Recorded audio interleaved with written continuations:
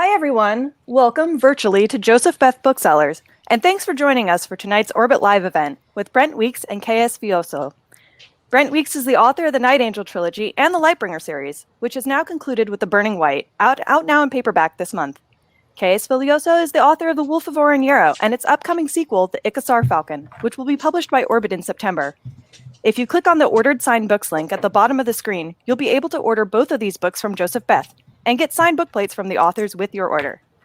This event is part of Brent's Burning White paperback tour, and there is another event coming up next week. It's free and open to the public, and the link is in the event description if you'd like to attend. This event will be recorded, and a replay will be available if you can't stay for the full event, or if you want to share it with friends, you'll be able to watch the replay at this same event after it's over. Brent and Kay are going to be talking about creating great characters in fantasy tonight. They'll also be taking your questions.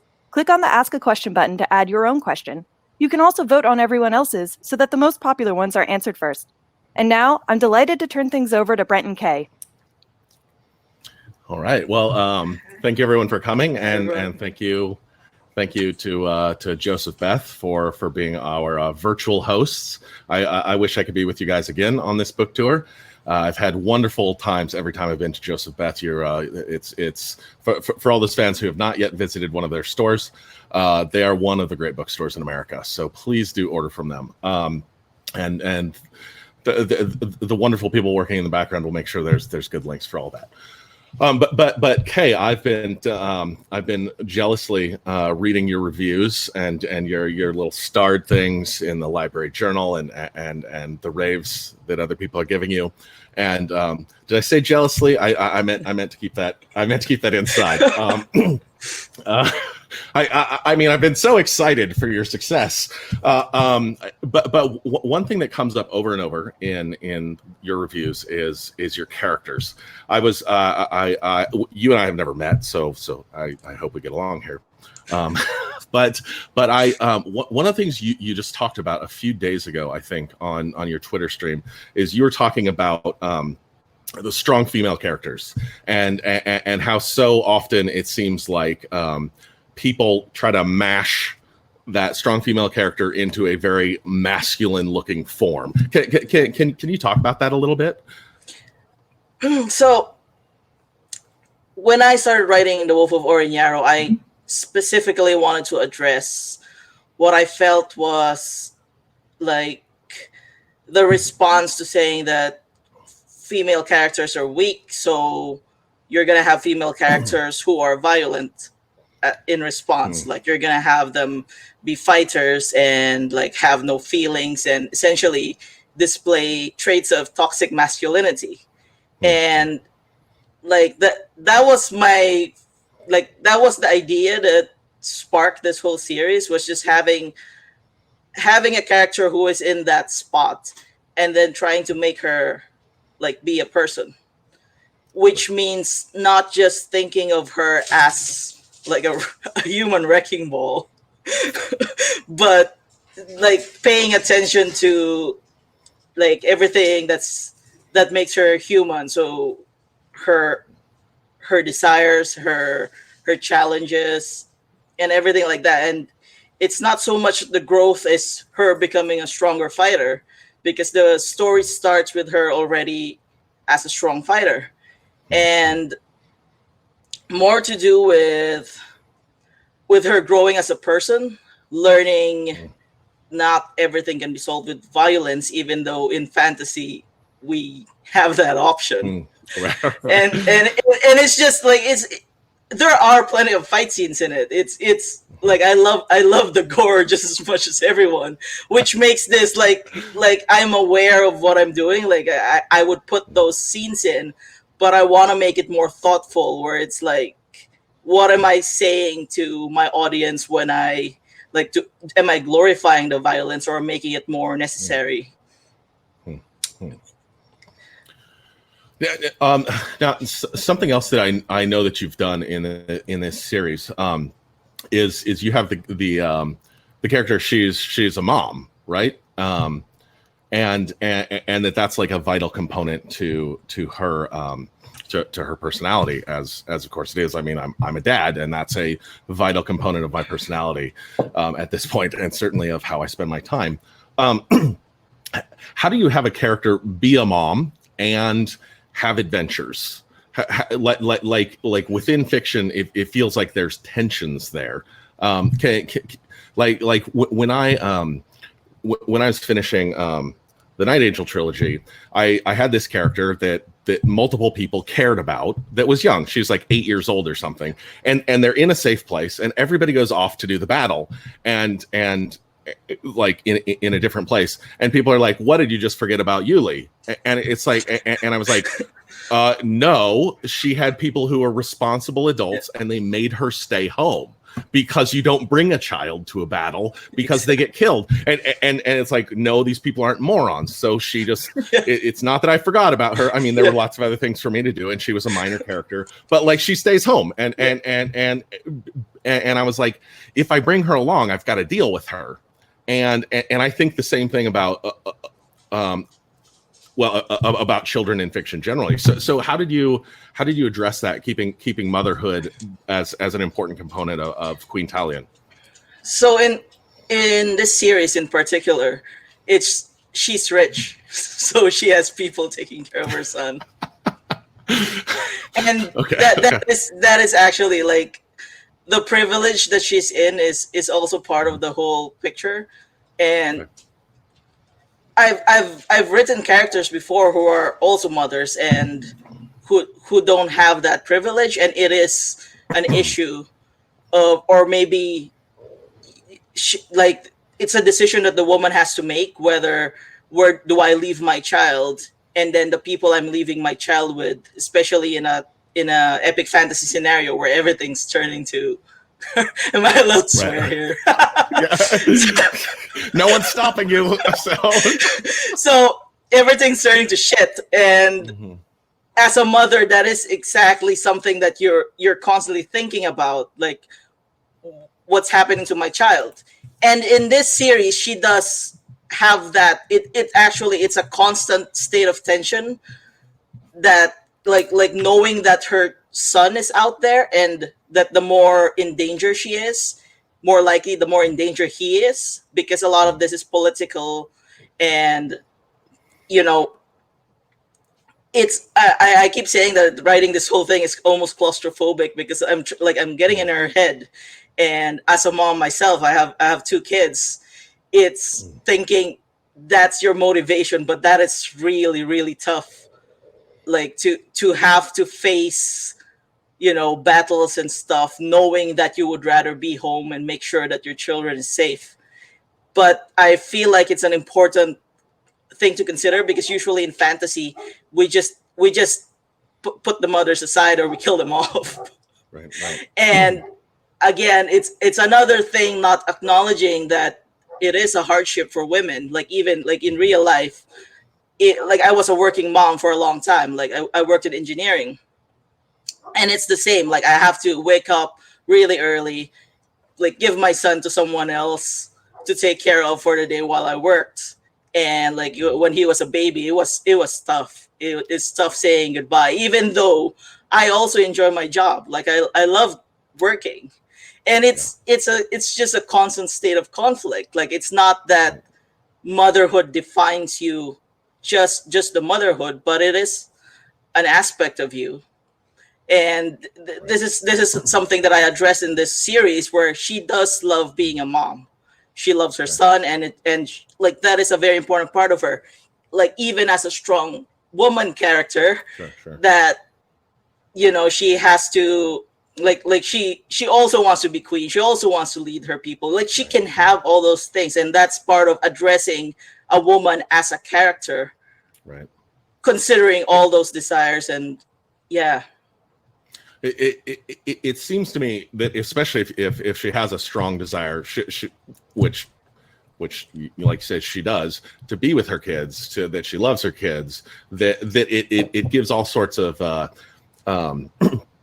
extra different kinds of danger. It's like if you just put a character in physical danger, it's like, okay, well, that's interesting. Yeah. But when you put them in complicated moral danger, it's like, okay, I have to be away because I love you.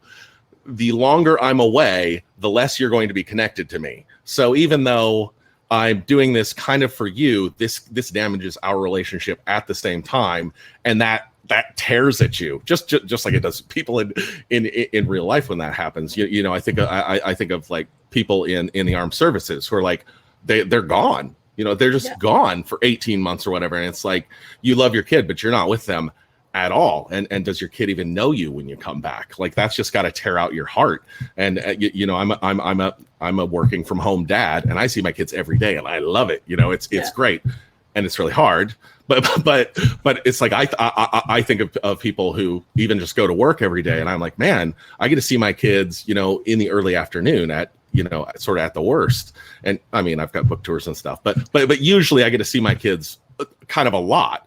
And if I only saw my kids, you know, half an hour before bedtime, God, that would just tear me up. And most people do that. And so I love that because it humanizes the characters, and it also it sounds like you're finding ways to make it work for the fiction, so that it adds all these different kinds of danger and pushes the plot forward, I'm sure. So that's cool. That's great. I love that.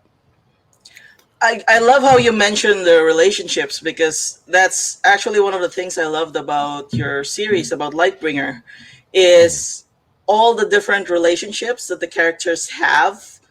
It's like it is like we're not just talking about the plot. Like the way that they relate to each other is rounding up the drama in a way. Do you want to talk about how you develop the kind of relationships you want to look at? Or in epic fantasy, it's really easy for, you know, for those of us who write big fantasy to just like make up new characters left and right and center, and that's fine to a certain amount, but like after a while they just become names for the reader. It's like I was reading the book like Tribe by Sebastian Junger, and he kind of talks about like how humankind probably has sort of a limit of about 200 people you can care about. Well, you know, for most of us, those people are, I mean, you know, you have 5,000 Facebook friends. Those aren't really your friends. I mean, that's lovely if you have them, but like in our fantasy fiction, it's like how many characters can readers even care about?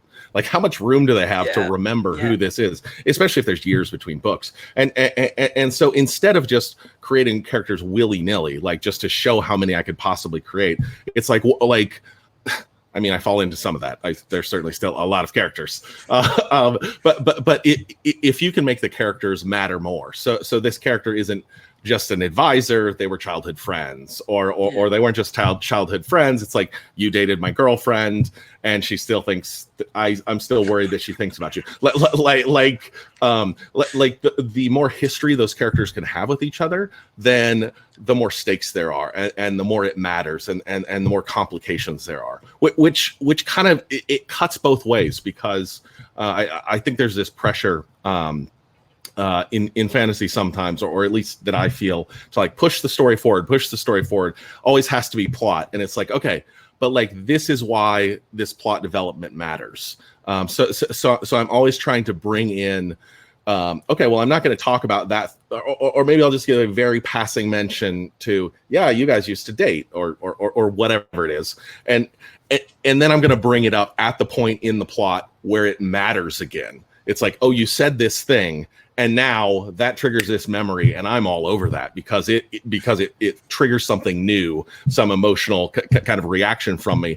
And anybody who's dated in a small pool of friends probably goes, oh yeah, I get that. That wasn't cool when she said he's handsomer, but I really prefer you anyway. It's like, well, how am I supposed to live with that? You know, so I like to layer those things and give characters history with each other. You know, brothers are going to have history, and some of it's going to be dark and awful, and then some of it's going to be beautiful. And sometimes, even if it's dark now, you're going to think back to those moments that are beautiful. And so I like to undercut those feelings of like, oh yeah, this guy is slow. Like I reveal that one of the brothers in the series is like, he's a total jerk. Like you go, oh, this guy actually is an awful human being. Yeah. And so you slowly come to appreciate that. But then his brother thinks back to times where he did some beautiful things for him. Yeah.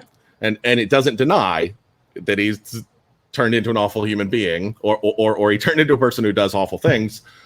But it makes you go, dang, it's a lot harder to condemn a person when you see good things they've done. So is that something you like to play with, like that character history and unfolding that? Yeah, like my book actually starts 5 years after she's been separated from her husband, and he sends a letter. So now they have to meet. So that's also something that I played with, like having all that messy history be part of the immediate conflict, even though it happened way in the past. Gotcha. Yeah. Gotcha. Nice. That's certainly a marriage can have complicated history, I suppose. So not good. If like particularly with this one, where her family and his family actually hate each other. Okay. And they're basically trying to kill each other, and the way they achieved peace is by marrying off these two. Okay. But they couldn't make it work. So now everyone's trying to say just wage war against each other, but she's like, no, I'm going to try to make it work with my husband. And so how do you play with it so that like there's a way to accomplish the plot? And if all the characters just sat down and had a talk and like, let's just accomplish the plot first and then let our personal issues get in the way? Or like, how do you balance that where you know that their personal issues are going to get in the way, even though the world is ending? Man, it's like a lot of times I think we even can look at national issues and be like, gee, if everybody could sit down at a table together and talk, they could just hash a lot of this stuff out. And it's like, yeah, but they're human beings, and they're like, I'm not going to sit at the table with that guy, or like I'm not even going to be in the room with that jerk because he called me X, Y, and Z last week in front of the cameras, and or somebody will sit down with somebody across the aisle from them, like in American politics, and people will be like, how could you sit down with that bigot? You know, like, how could you be nice with that person who's X, Y, and Z and all the other things? And so there, like, there's a lot of human things that I like. There's human pettiness that I think you can tap into. That's like, yeah, okay, maybe I could hash that out, but then he'd win. You know, and I'd win too, but he'd win. And so to me, there's a lot of illogical things that people do that I can use to keep a plot going. Like I had a buddy who his whole business is brokering business deals between other people. And he says all the time he'll have a deal that's good for both sides. It's like, okay, you can get $0 or you can get $200,000. And it goes great until the guy who's getting $200,000 realizes that the other guy is getting $1 million out of the deal. And so the guy who's getting $200,000 will be like, oh yeah, F you, buddy. And we'll walk away and we'll get zero. And it's like, wait, you had 0 or 200,000 and you chose 0. It's totally irrational, but so I'll try to trigger people's their thoughts of fair play, or they're like, he never apologized for that, did he? No, actually he didn't. So I bring in human weakness and pettiness and desire to win, and lots of times characters will solve some of those things for me. I think it's still a thing. I think it's still an area where I can grow. You know, where I can. Because there is a lot of miscommunication and giving, like, sometimes it makes sense to me why these characters wouldn't have this, but making it obvious to the readers is something you also always have to do. Like there's times when you descend too deep into your characters and you're like, well, obviously they'd never do that. Like, that doesn't even make sense. But you have to also you're always dealing with that tension in fantasy of like, you got to explain stuff to readers. And you got to explain it really efficiently. But clearly, it's like, okay, I don't want you to be confused about this. You can be confused about this other thing because I'll explain that later. But this should be clear, and that's a real that's a real trick. So when you're unfolding a character, how do you try to like especially when you're dealing with difficult characters? The series title of your series is, after all, the Bitch Queen. Yeah. Like how do you unfold them so that readers stick with them? Because like often, like, we know these characters, we know them from the inside out, we love them, we understand them, and we'll give them the benefit of the doubt. But when you introduce a character for the very first time to a reader, they don't know that. They might just think they're a jerk. So how do you approach that? With this particular series, I decided to make it really structured, like at least for the first book. So I just went with, okay, you could read it as a sword and sorcery and not care about character development, and it would still work because like so it's more that things immediately happen, and then it's a series of like having flashbacks as she goes through the plot. So something's gonna happen, and then she's gonna think about it when you have room to breathe, which is like because the plot is just going. It's every chapter something's happening. Her life is in danger. Somebody's trying to kill her. And it's right. So whenever she has time to breathe, then I pull in the like how she feels, and I pull in the flashbacks and the backstory. Like I drip it. It's almost like it's dripping along. So as she goes through the plot, she's also digging deeper into her character, and she's revealing some things that she didn't say up front that makes sense more for the plot at that time. Okay. Yeah, and that was the challenging part because with that title, I noticed different reactions from readers depending. So it's almost like a play. Like she says it from the first line that they call her this because her people's reputation is seen as like bloodthirsty and stuff. But there's still people who attribute that to her because she's acting in a way that like feeds the bias, I guess. Right. Which it's really interesting, but it's one of those things that I just leave it for people to like interpret on their own time.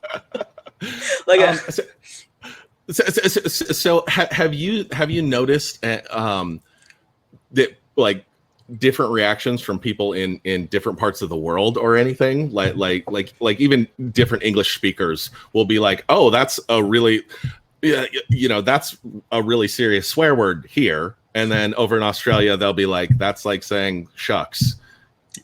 Or I mean, I'm not aware with bitch how strongly it comes across to a lot of people, but have you noticed any pushback from particular corners? I'm not sure because I don't go around looking at reviews. I'm sure they're out there. I think like I was doing a Reddit once, and I had someone kind of lightly mention like internal misogyny or whatever, and but it's. Yeah, I guess it's more that a lot of the people who read the book did get it. Like they understood what it's saying. Like it's not a swear word. Like it's her owning it. Right. Like saying that is what she's dealt with outside.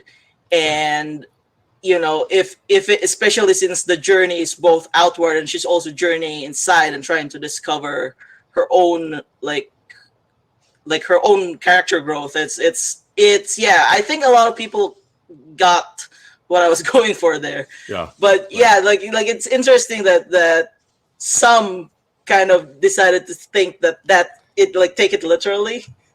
Right. And you had some troubles with Amazon about that? Yeah. Yeah. When it was self-published, it was like, we have flagged your book for taking down the ad, which is it really messes up your ranks. Yeah, I bet it does. Yeah, we flagged your book. That'll do it for you. Yeah. Oh.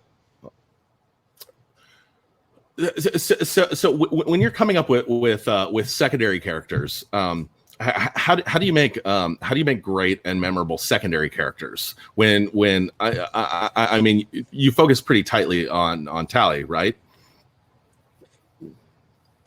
Yeah, like I tend to think of it as everyone's the hero of their own story. Mhm. So when I introduce secondary characters, even though what shows up on the page is from her point of view, I actually have in my head like their own life story, so their own journey and what's important to them. Like I always start with character desire. What does this character want? So even if it's a side character, what do they want?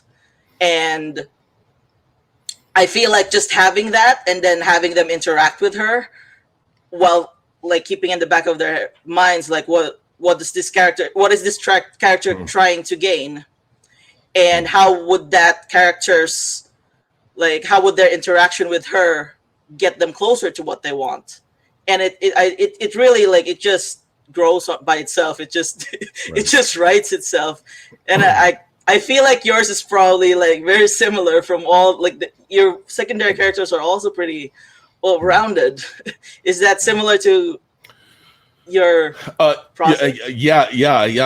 I mean, I think early on I heard somebody say, I wish I could remember who it was, give a definition of a scene being two or more characters who want something, enter a place and they both can't get it, or and the scene isn't over until one or both or neither gets what they want, and the more those are in conflict, the more interesting that is, and then the more layered that is, the more interesting that is. So I'll also use secondary characters to kind of experiment and try to push my skills out and be like, oh, I have this vast number of characters in my world, and I don't have any people who are like this. Like, how do I not have any people who are like this? Well,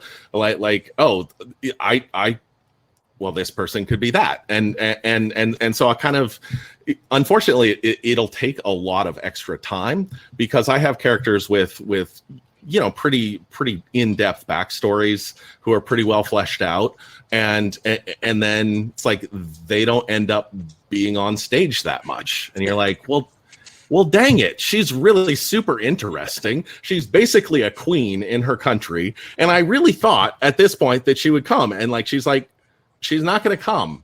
She's not going to come be where all the armies are converging because she doesn't want to die. Yeah. Oh, that's actually really smart. So I guess she's not coming. And that was in The Burning Light, and as a pretty minor character who'd never been on stage, but I built her up quite a bit, and I really always thought, she's gonna come and we're gonna get to see her, and that'll be fun because she's been talked about and she's done things that have impacted the plot, and she still did things that impacted the plot, but she was just like, I'm not coming. Because that would be stupid, and I'm not a stupid person. And I mean, I certainly had enough characters to deal with. The book ended up being like 400,000 words long, so it was enough. But so I should have been maybe happy. Okay, but yeah, like it is something that I think slows down my writing as I go. Like, okay, who is like the person isn't just on the screen to do the thing I need them to do. They're also a human being. And then sometimes if they won't do the stuff I wanted them to do, because it doesn't flow naturally out of who they are, then I got to go like, okay, let's go rebuild them again. Like, why would the person do that thing that however I built them, they don't want to do that thing now. If I just make them do the thing, then that doesn't work. And so then you got to go back digging and you got to go, okay, well, when do they first appear? And see if you can fix it from there. And then if they first appeared 3 books back and you can't fix that stuff, then you're really in trouble. but usually I eventually come up with something. It's also why finales are hard, or why the deeper you get into a series of books, the harder it is, because you don't get to go back and rewrite book 1, even if that would be really really convenient for you at times. So, I guess we could do one more, or do you want to jump into the readers' questions? I think we should jump to the readers. Okay. Just to give some time. Sure. Why don't you pick first? We will. I like this one. So when I'm writing, I feel like there can be too much dialogue Any advice on the best way to balance dialogue, setting, description, and character work? Mm, mm, mm. You want to take that first? Me? Okay. Are you thinking? You go ahead. Yeah, I'm always It's happy your to. Okay. I love dialogue. I think most readers love dialogue. There are certainly people who grew up maybe like I did reading books, and you would get this long chunk of description at the beginning, or maybe this is just ADD, and I would like just skim that. Oh, okay, the wind was blowing on the heath. Okay, wind, heath, got it. Okay, and then I jump down to where something starts happening, which is the dialogue, often. Or at least the next paragraph. And so I default toward dialogue, but your dialogue should be there. Your dialogue shouldn't be serving as real human speech serves. Like if you tape record speech, it makes horrible fiction. Yeah. It looks awful. It doesn't look like it doesn't look like you'd think it looks, because even in just this last couple of sentences, I've said a couple times. I've repeated the first chunk of a sentence. It's very discursive. It's very digressive. So the dialogue that you're writing should be serving the fiction. It should be serving the conflict. So you'll often, if you're a certain kind of writer, and apparently I'm like this. David Foster Wallace, I found out from a thing. He's like this. Like sometimes you'll write the dialogue. You'll write it a couple different ways, and then you'll realize, okay, I was looking for the heart of the conflict as I was writing some of this dialogue, and I found it on the second or third try. Okay, go back and erase, the first try, and make sure that your dialogue is filling the need of the scene for it. But then you also can't have, and this is another flaw that I find in my first drafts for sure. Sometimes in later drafts, if I am being lazy, you don't want to have heads floating in space having a conversation. So you want a setting, and you want to think of the setting of, okay, how does this setting influence the dialogue that these characters are having? Like if you're having a screaming a screaming fight with your significant other, are you having that in your bedroom? Are you having that out on a crowded street when everybody else is partying? Or are you having it in your parents' house and you're trying not to wake them up? So one of those, like the setting, the conflict can be exactly the same, the feelings can be exactly the same, but each of those settings will really have a big effect on that dialogue that you're writing. So think about that. Like, what's the most interesting place for them to be having this particular conflict? And so I try to fill that in. Like you might grab their attention with some sharp, especially if you're really good at writing like really witty dialogue or really funny dialogue. But then you quickly want to let people know, where are we having this, and why does it make me feel a certain way? That's I've been going on for a really long time about this question, so I'm gonna drop the last couple of parts of your question, which should also be answered. But great question. What do you think, Kay? So yeah, like I try to make sure that every scene that I write serves the plot, which is weird for a character driven author to say, but it's one of the work that I did up front with a lot of my books, is making sure that it's plotted well, so that when I actually go back and do the scenes, I can go crazy knowing that there's a point to it.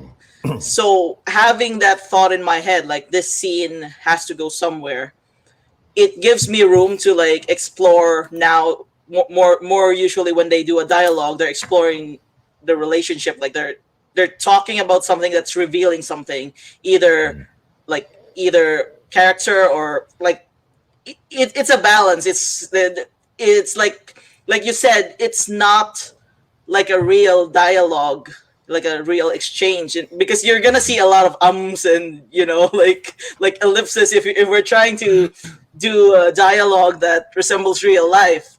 So I guess it's more movie script in my head. It's more like they're talking a little bit about plot, but the way that they talked about the plot is also revealing in character, because you can have like you can say something 1,000 different ways, but how do they say it? And the way they say it reveals character, and and you can add action while they're talking, like are they mumbling, are they looking at the ground, or it rounds up the scene so that more like all the description and everything is just supporting what's being said. And that's how I usually handle those scenes. Yeah. I like to put those like the beats, like technically you can think of the little breaks in the dialogue where you explain what they're doing, the action or whatever.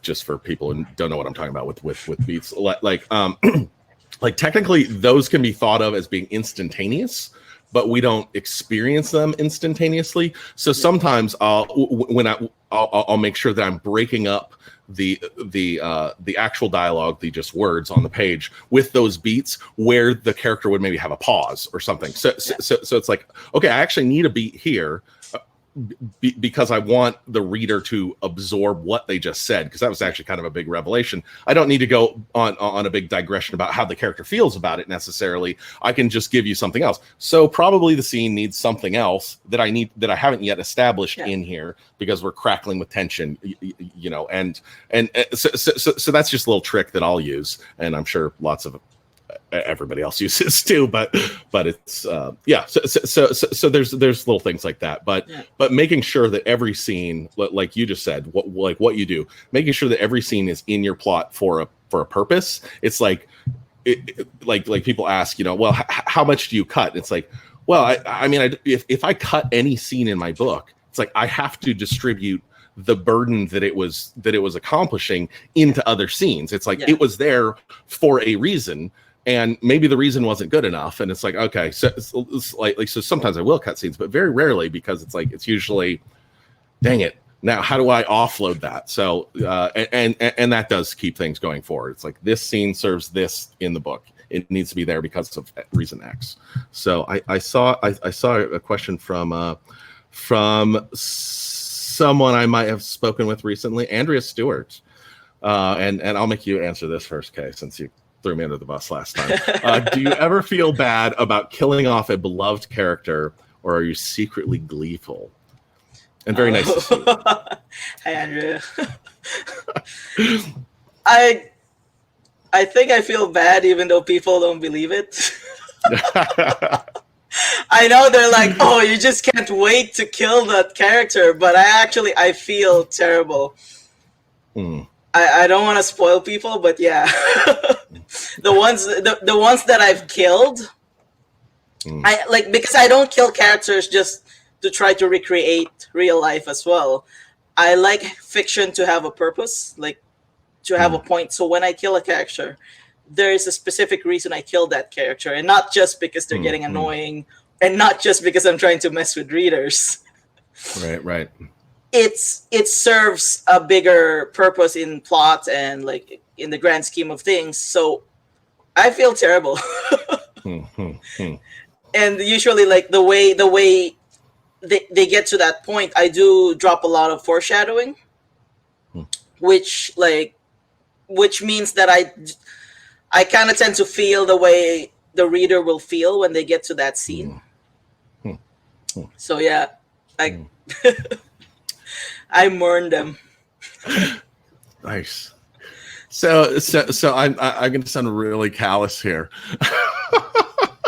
I don't always mourn them. Like it depends on it really depends on how long I've been with the character and what I was thinking when I first created the character. Like I try not to do too many spoilers here, but like in the Night Angel books, I had a character that, like, before I even made him up, I was like, oh, I'm making this character up so that he can die at this certain point. And like readers will think they know where the thing is going. And then this character is, you know, he will have blown past a few warning signs, but he's definitely going to die. And I need him to die for what's going to happen in books 2 and 3. And he was a little more minor character, not the characters some readers are thinking about maybe right now. And so even though he was a great guy, he was trying to do the right things. When I killed him, I was just like, okay, so today he dies, and it's really gruesome. And it was no problem whatsoever for me. Because I'd never really bonded with him, I guess, and I tried to make readers think he's this really admirable guy, and so on and so forth. But a little foolish in how he approached some things. So that's different than when I've made other characters. Maybe like I've bowed to the story logic of like, okay, any way I save this character is cheesy. And it just looks like a cop out. And like I spent 6 months as I was writing a book trying to figure out a great way to save this one character. And eventually I was like, actually, she just needs to die. and that sucked. It sucked. But as soon as I said that to myself, like a bunch of plot things just fell right into place. It was like click, click, click, click, click, click, and the puzzle pieces were just fit together really nicely. And I was like, okay, I guess that is what needed to happen. Crap, I was really trying to avoid that. So I was really sad about that one. And other characters when I put them through horrible stuff that might not be death. I walk through it with them, and I think that's the only way to make to make it feel real. Somebody said, some great writer, I can't remember who now, of course, said you know, no tears in the writer, no tears in the reader. Yeah.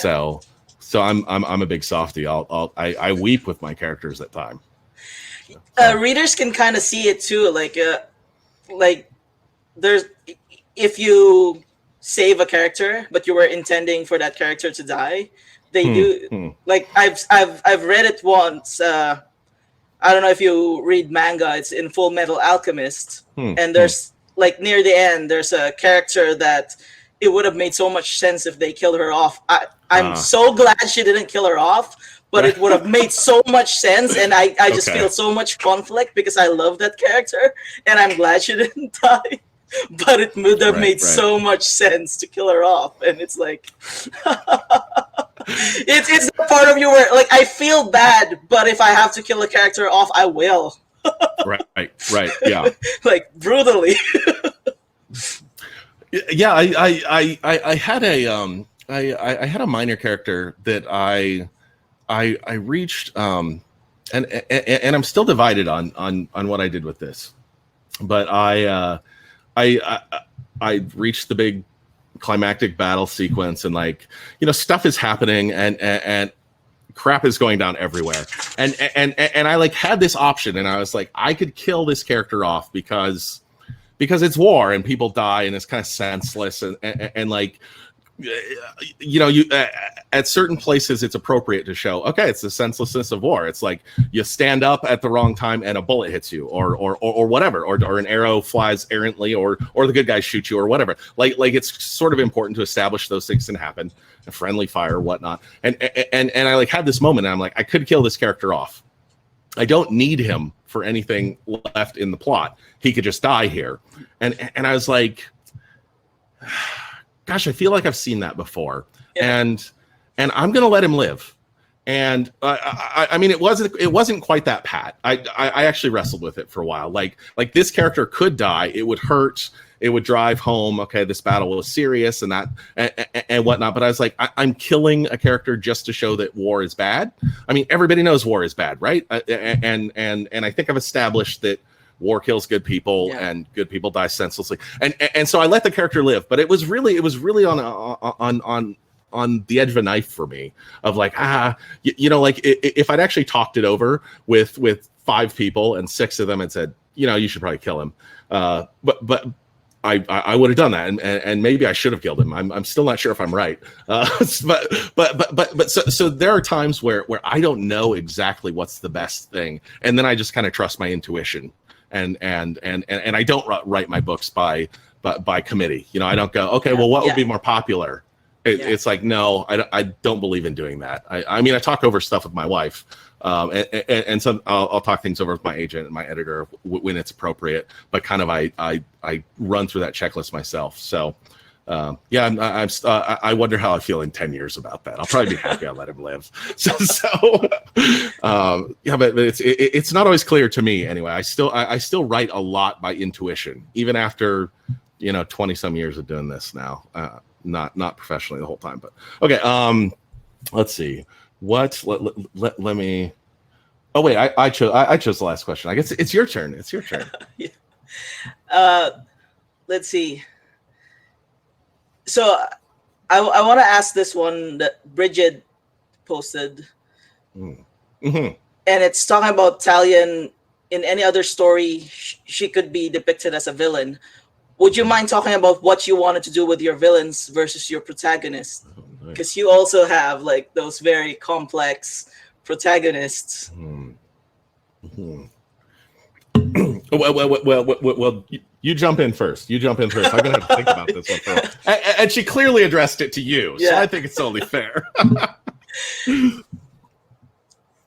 I think the way I wrote my villains, they're very similar to the protagonist in what they want, and it's just there's just that line that the protagonist won't cross that the villain is willing to cross. So if not necessarily talking about this series, but I'm saying if a protagonist is like, I'm not gonna murder to get what I want, and the villain's like, well, I'm gonna murder to get what I want, and that's how you can have that complexity, even though the main character could display traits that some people think are more or less villain, like they may make decisions that are not 100% correct, like it's more gray, like it's more morally questionable, but to me it's just there's just a line like that when a character crosses into reprehensible like acts, like where it's hard to justify what you're doing, then I gotta have like a long talk with myself about what I'm trying to say here, because like what we do say in fiction, maybe it doesn't matter, but like I don't know, it does make a difference on how you frame things. So I think that for me it's more or less the framing, and if a character does, like if a main character does do something that is morally questionable, I push back against them, like where there's consequences. There's consequences for them doing something that is wrong. Whereas with a villain, they can do wrong things, and it's in the background, like it's providing conflict for the main character. What about you? I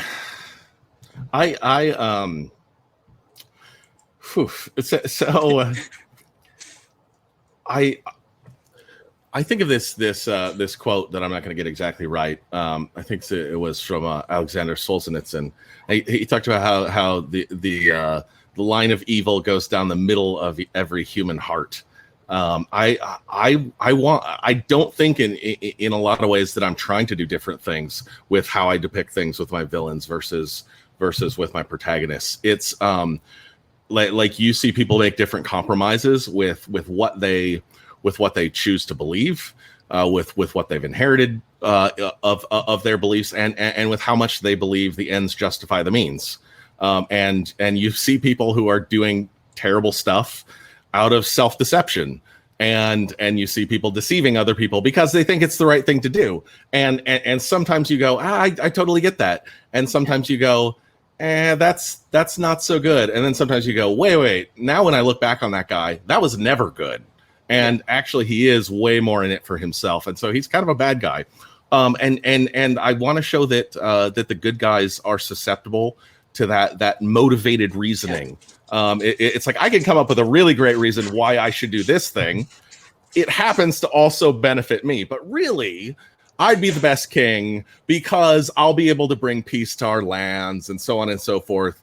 And I really want to be king. You know, so there's a lot of like people call it people often call it shades of gray, and I think it's like it's shades of white and black intermixed that in such fine detail that when you look at it from a distance it looks gray, but when you look at it close up it's still white and black. and so I want to have characters who step over that line sometimes, and then make you ask questions like, do I want to condemn that character now? Is that my line? Or because I'm still in his head, am I going to forgive him for doing all this awful, terrible stuff? And I want to try to do that as a writer in the midst of telling a great story. I don't want to get, I don't want to get in the way of that. But I want to make you uncomfortable sometimes of like, oh, actually, I totally defended that. Huh. That's interesting. And it's because he thought how I would think when I was in that. What does that say?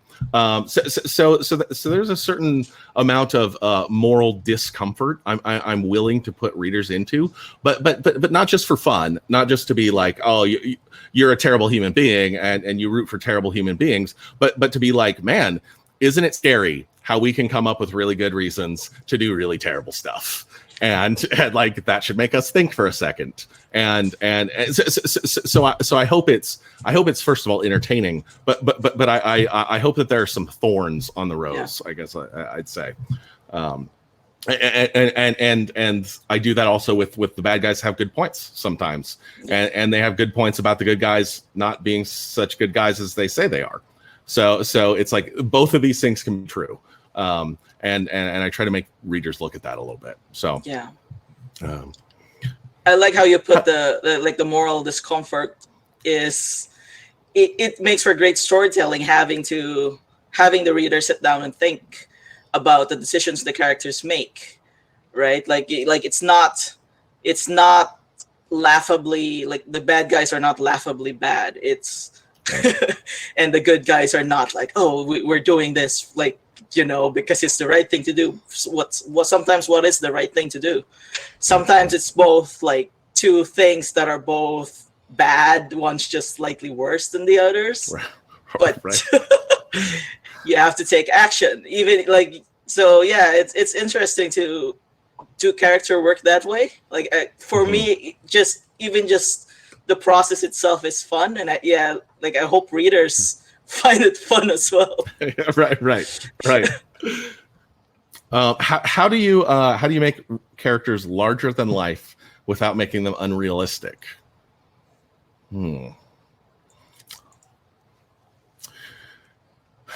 You're going to make me answer this one first. Yes. Okay. That was a powerful use of silence. I told her beforehand. I'm like, sometimes I'll try to fill silence, and she's like, oh yeah. When I'm on these things, I won't fill silence. So she just used that on me.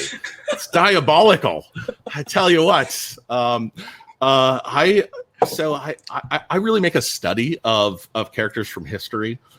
Who I find to be larger than life, or even from literature who've been really well done, to be like, what makes them work? Like they're more in every way, and they're what makes them so interesting, and I'll try to incorporate those things. So I'll listen to long audiobooks on Alexander the Great and be like, how did he do this thing? How did he get people to like? How do you get an army to stay with you for 10 years? It's like they want to go home. Like they've earned all these riches, and every day you want to go out and make them almost die. It's like like the guy had to have crazy charisma to keep people in the field that long. It's like, hey, we've got all this gold that we stole, because they invaded and took stuff over. It's like, I'd like to go spend it, and you want me to stay out here and die. So I'll look at people like that, and I'll also study people that I know. Like I've met a few people in real life who just have incredible charisma, and I'll just sit there and I'll be like, what is it that you do that makes people feel when they're with you like you are they are the center of your world, and like just people I knew in college. It's like I knew one guy, and he probably was invited to be in 15 weddings. Of course, he didn't have 15 people in his wedding, but there were so many people who thought they were that close to him. And obviously he was not that close to all of them. But when he was with them, so like that was one of the things I took away. Was like, when you are with this person, you feel good about yourself. You feel X, Y, and Z. The exact lessons are unimportant. But I'll sort of take that with any character trait that I want to present. It's like, what would people? Why does this work? Why is this so fascinating? Because those larger than life characters are who we want to read about, or at least they're who I want to read about. So I hope readers like them in my fiction, and then I'll look at it like who is Odysseus, and why is he so intriguing, and on down the line. I really like to study human beings, and I like to study human beings who do extreme things. I'll watch the what's the guy's name? The guy who just the free solo, the guy who climbed El Capitan with no ropes. I think just totally extreme stuff. And like, who are the people who do these things, and what is it about them that makes that happen? So I study real life people, and I try to apply that to my make believe people. What about you, Kay? How do you approach larger than life characters? So I do similar with like looking at real people, and the difference with me is like I find everyone fascinating. Mm-hmm. Which is some people you'd think, oh, that person's kind of boring, but sometimes when you get to know them, like you just let them talk and talk, you do see something interesting in the way they approach life. Like, even if it's not maybe extreme, but even in someone who's like, say, the husband of the main character in my series is someone who's very, very logical in the way he thinks. Okay. And this character who is like, he's so simple, he's very straight and he's very logical. He doesn't do the extreme things that she does. Okay. But it has created conflict that is larger than life. And so I like looking at like everyone, like I'm just fascinated with people. Like, mm-hmm. like when I meet someone new, like just letting them talk. And right. it to me, it's like easing out what makes that person unique. And I think that everyone is unique in their own way. So to me, it's having a character and then easing it out. So even if it's a character that seems like a background character, like they have nothing going on, they're just selling, cabbages from a cart. Right. But what is it about them? Why are they there? Why did they pick that street? I can actually go and make that person a main character in my head. Like, if they have something to learn, like they have growth and there's stuff happening around them. Like, yeah, so to me, it's events forcing that character to be larger than life. Right. I think you touched on something that's really cool. Like, if you want to be known for writing great characters, as you're known, if you, the listener, watcher, reader, want to be known for doing something great, it's like you have to be fascinated by it. It's like hey, like you're talking about being a student of people and being like, there's something really cool about every person who walks across my path. It's like, you can't fake that. You can't be like, I'm writing a book, so for 2 weeks I'm going to study people. It's like, that's either a habit of mind that you have, or it's just not. If you're like, actually, I'm the most important person in the room, I always need to be talking. Like you're not going to. you're not going to have a lot of characters in your novels, and like if you're that kind of person, maybe write a first person point of view novel,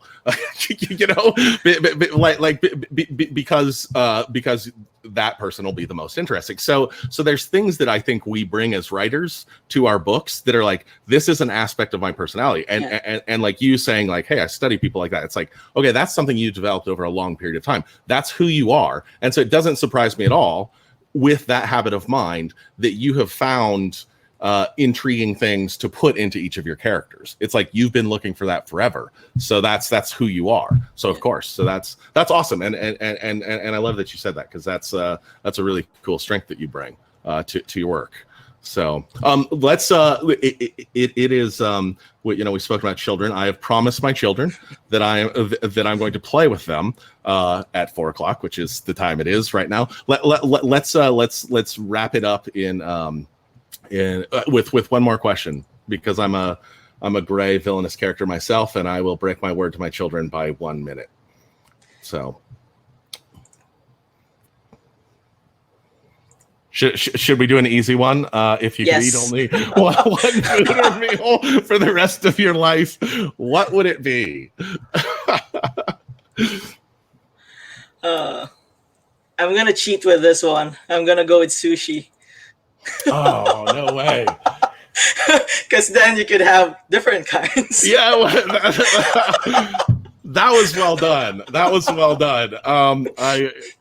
Oh man, I that's actually one I could probably do. I could probably do that one. So I was like sitting there.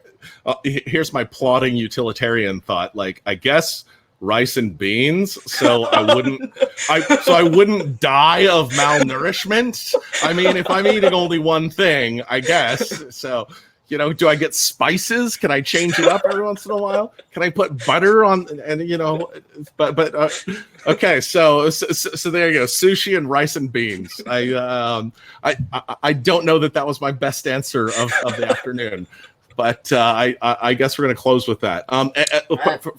For everyone, please do buy your books through the links there to Joseph-Beth. You will get signed book plates with those from either Kay or from me. I encourage you to check out the Wolf of Oren Yarrow. And when is the sequel coming out, Kay? On the 22nd September. Oh, fantastic. Yeah. Very soon. Not much of a wait. And I guess I would be remiss if I don't pitch my own book. So the trade paperback of The Burning White is out now. It's the end of the series, and I think it's pretty good. So thank you all for tuning in. I'll be doing another one of these, I believe, next Tuesday, I think, with the phenomenal Evan Winters and Rage of Dragons. Be looking forward to that. Thank you for tuning in. Kay, thanks for joining me. It was really fun talking to you. So much. This was an honor. Well, best of luck with the book launch, and I'm looking forward to it. Thank you. All right, take care. Thanks, everyone. Bye-bye.